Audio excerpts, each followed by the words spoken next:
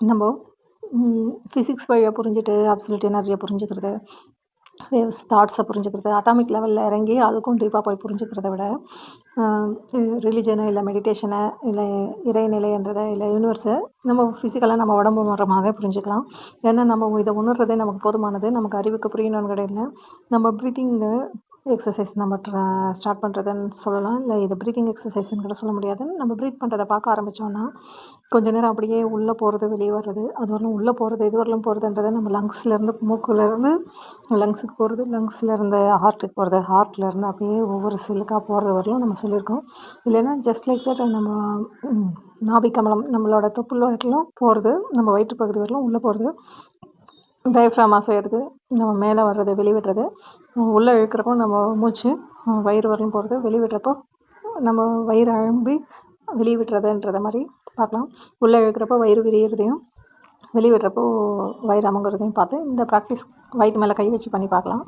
அதே நேரத்தில் கொஞ்சம் பண்ண நம்ம முதுகுத்தண்டையும் நம்ம பார்க்க ஆரம்பித்தோம்னா நம்ம மூச்சு விடுறது, நம்ம முதுகுத்தண்டு ஃபஸ்ட்டு அந்த பயிற்சின்னு நம்ம மூக்கு வழியாக மூச்சு உள்ளே விடுறது போகிறது, அதுக்கப்புறம் நம்ம மூச்சு முதுகுத்தண்டு வழியாக மேலேயும் கீழேயும் போகிறத பார்க்க ஆரம்பித்தோம்னா நமக்கு தெரிய ஆரம்பிக்கும் நம்ம உடம்புல மாற்றம் எப்படி நிகழ்துன்றது. கன்சிஸ்டன்சி ரொம்ப முக்கியன்றது புரிஞ்சிருக்கும்.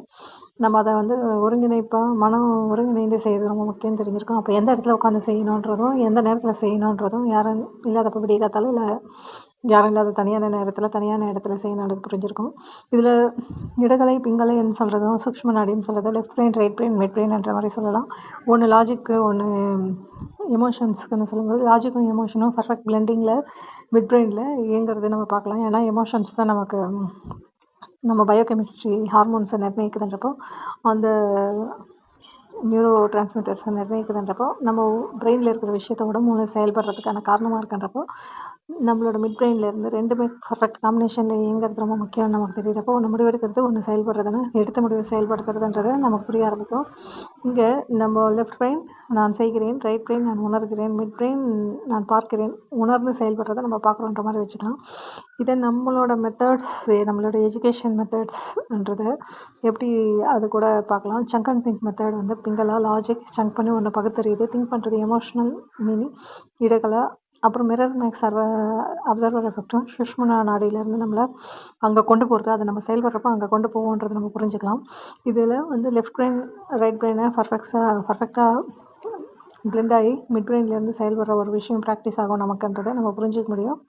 இது உங்களுக்கும் புரியும்னு நம்புகிறேன். நன்றி.